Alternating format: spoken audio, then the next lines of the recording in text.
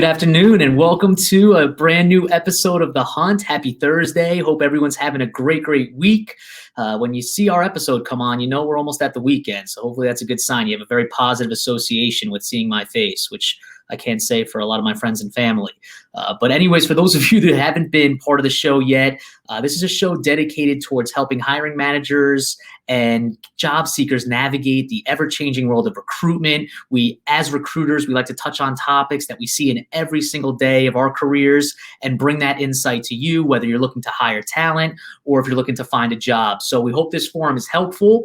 And as always, this is meant to be interactive. So the real beauty of this show, especially in the live format, is we can take questions and comments in real time and even just thoughts and feedback. And we get such great interaction and engagement amongst the people that watch. So please, as you're watching the show, if I touch on things that you have comments to add to, questions to add to, any sort of insight to share, the more we can get that interaction going, the better. And the more hopefully I can give some specific advice. So yes, Imran, absolutely. Please, throughout the show, you can use the comment box to ask your questions. But thanks so much for watching.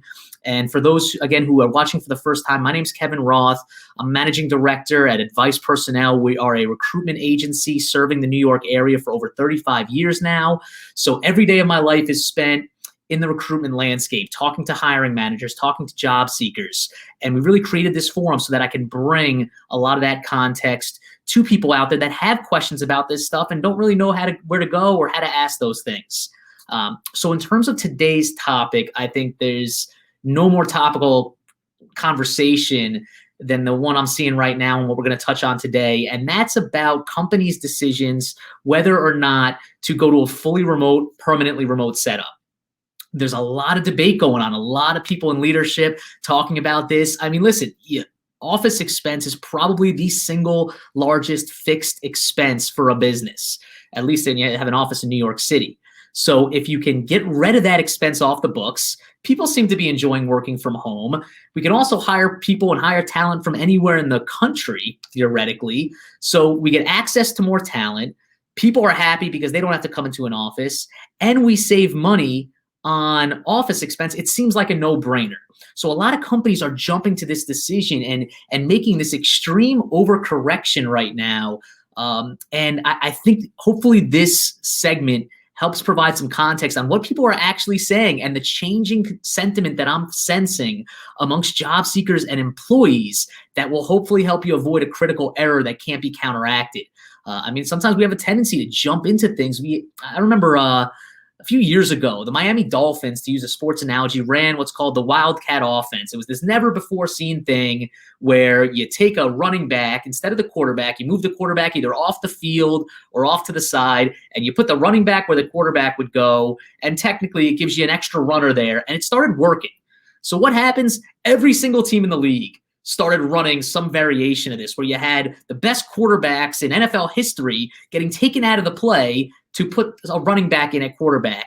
And eventually, you realized after a few months, it was just kind of a finicky thing, and it didn't work all the time. And that's what we're starting to see in this remote world with companies jumping right into it. So to give you some context on some of the things that we're going to talk about, it really comes down to what I'm going to describe as the 3 R's. And it starts with recruitment, right? And that's where I live and breathe every single day. And when you're looking to recruit talent, in the first few months of this COVID remote landscape, it was the honeymoon phase. Everyone was so happy to not have to go into an office, to work from home. Anybody you called, the only way they'd look for a new job is if it was fully remote. And I'm starting to sense that day by day, more and more of my conversations are starting to change in terms of the attractiveness of a fully remote, distant opportunity. So when thinking about recruitment, it's really important to understand what's going on in the mind of the job seeker and the candidate. And any hiring managers out there listening, this is a really important piece to pay attention to, because these are conversations I'm having constantly. I even had a few today that touched on this exact point. So when it comes to recruitment, as I mentioned, that honeymoon phase is starting to wear off. And people that I'm speaking to are starting to miss the opportunity to at least go to an office 1 or 2 days a week. They're missing the camaraderie. They're missing some sort of interaction. Their home life is crazy. The new year started, January hit, and they were fresh from the holidays, and then you sunk right back into all home all the time. Home life is crazy, kids, family, dogs, pets, whatever's going on, tough to manage. So those things are starting to really wear now that we're 9, 10, 11 months into this home life. And people are, for the first time, I'm seeing, starting to miss that.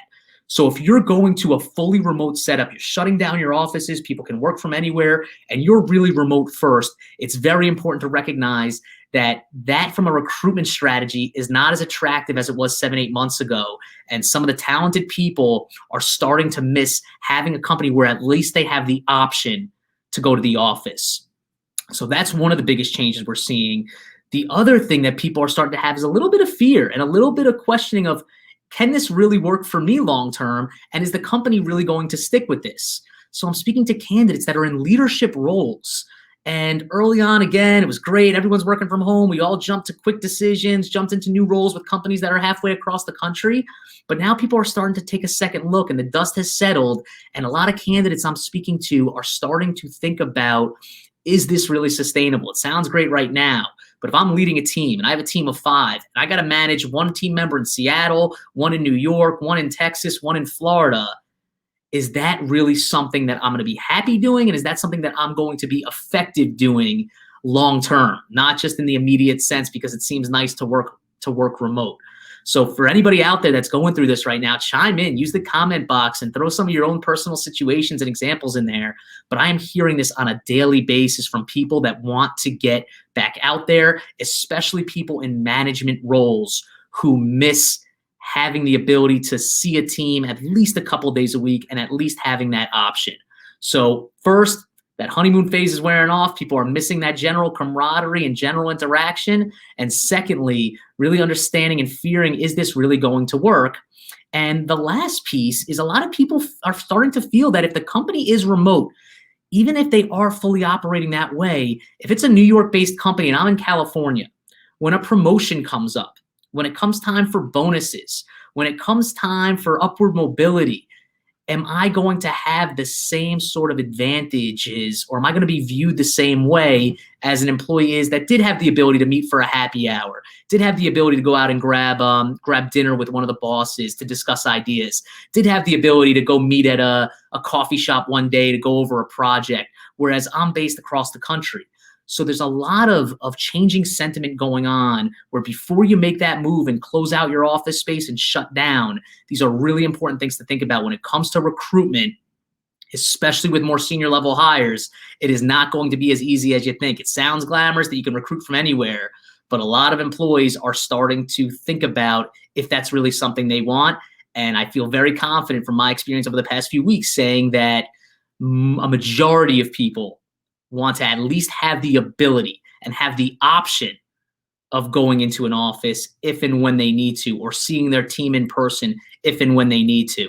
And if they had 2 equal opportunities and both were sort of remote or in a way, and one was a company that was at least located and there was a good population located near them, and the other was fully across the country, they would take that one close to home. So it's really important to think about that recruitment strategy when you're making your decision if you really want to close up shop and start running a fully remote company. So that covers recruiting. The second R is retention. And this is the risk for you, the hiring managers. If you're looking to hire and you're looking to go to this remote model, you got to be thinking 3 years ahead of time. Recruitment's a little more immediate. It's now. You can think about it in the next month, 2 months, 3 months. Retention is something you have to think about over the next year to 2 years, because that's when this reality is going to set in. And when someone hits that year mark of working from home, fully remote, though, that's when certain things start to creep up. You spend a year at a job, you start reevaluating your circumstances. Is it time to look for something new? When thinking about retention, there are a few key points to really look at. Number one is culture and engagement. I know the talent professionals out there are coming up with genius ideas to keep people engaged. You have your Zoom meetings, you have different app platforms. I saw an article about a platform yesterday that is essentially like The Sims, where it creates a digital office and you can go in and interact with these little sim characters and bump into your colleagues, and it'll spark conversations. So listen, amazing ideas, but can it really replace spontaneous engagement? When you pass by an employee in the hallway and you guys start to talking, when you're just around and surrounded by people and everyone's kind of lively. We've spent time in the office now over the past couple weeks, And there's no replacement for that sort of just general atmosphere of hearing people and being around it. So can you really replace that for someone? Because if you can't, then you run the risk of your employees seeing this as just another job versus as a career and as a job experience and a career experience. And that's when loyalty rates shrink drastically. If you have employees that log on every day at their home, get their work done, log off, and there's none of that constant engagement or interaction, that's a very, very dangerous scenario to be in, because then loyalty is out the window and you really don't feel that same connection with your employee base. And that makes leaving and uprooting that much easier, especially when a company comes along that feels like they're local, they have a presence, and you feel that much better about it. So when it comes to thinking about whether or not to make this move, can you really go fully remote? I think the last R is the most important one, and that's relax. To use an Aaron Rodgers quote, let's take our time, right? The dust is still settling. We're still in the middle of this thing. And right now, most companies are fully remote.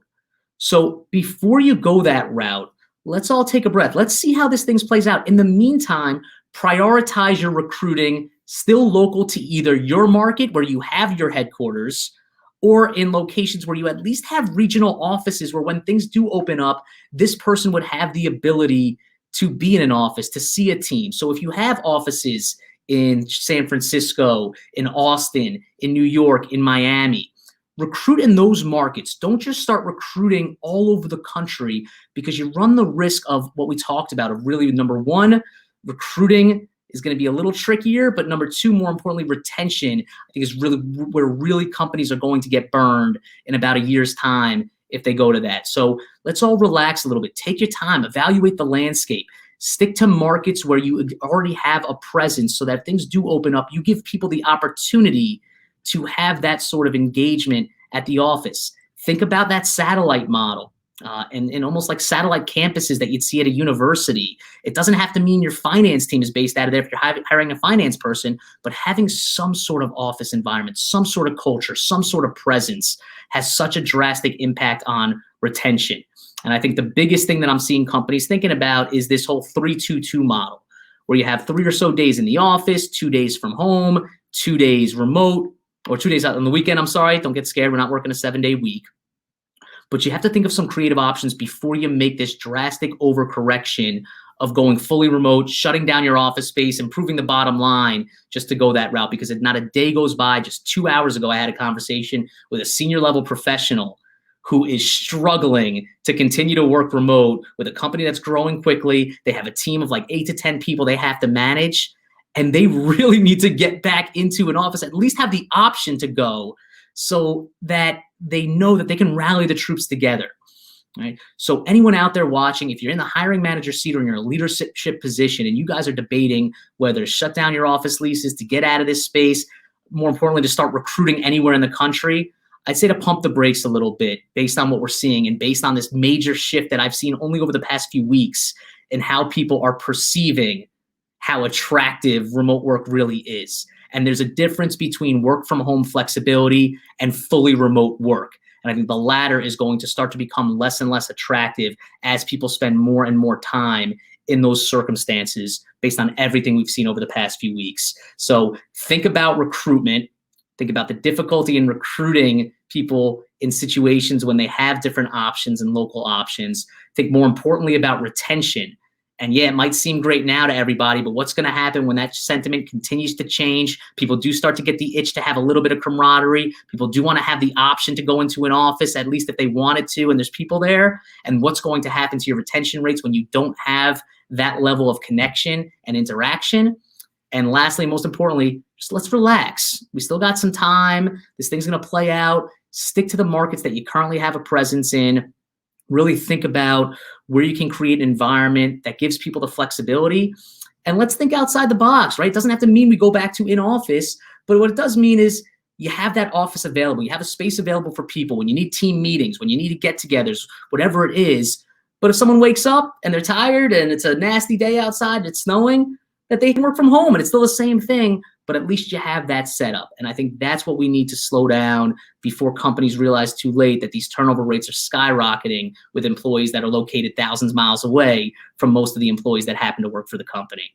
So I hope this is really helpful for anyone thinking about this stuff. This all comes from real-time insight that I'm hearing. And over the past few weeks, more and more people are starting to miss at least having it in the office. I'm voluntarily here today because getting out of my apartment, shaking things up, the mental health, being with my colleague Eric, who's hidden behind all his awards over there, it's amazing what it could do, even just a couple of days a week, to re-energize you and make you feel like you're part of that team again. So with that said, I hope everyone has a great rest of the week. I hope this was really valuable. Share this with your companies, with your teammates, with other colleagues, and really get this circulated. And let's see if we can really change that scope of what's going on right now. But make sure you follow Advice Personnel on LinkedIn. We're connected to this post. We're constantly putting out good content like this. Share this with your colleagues. Like the post, connect with me if you have questions, and make sure you continue to post throughout this thread over the course of the week and weekend for anyone that wasn't able to watch live. I'll make sure I get back to those points and any questions throughout the next couple of days. But thank you so much for tuning into The Hunt.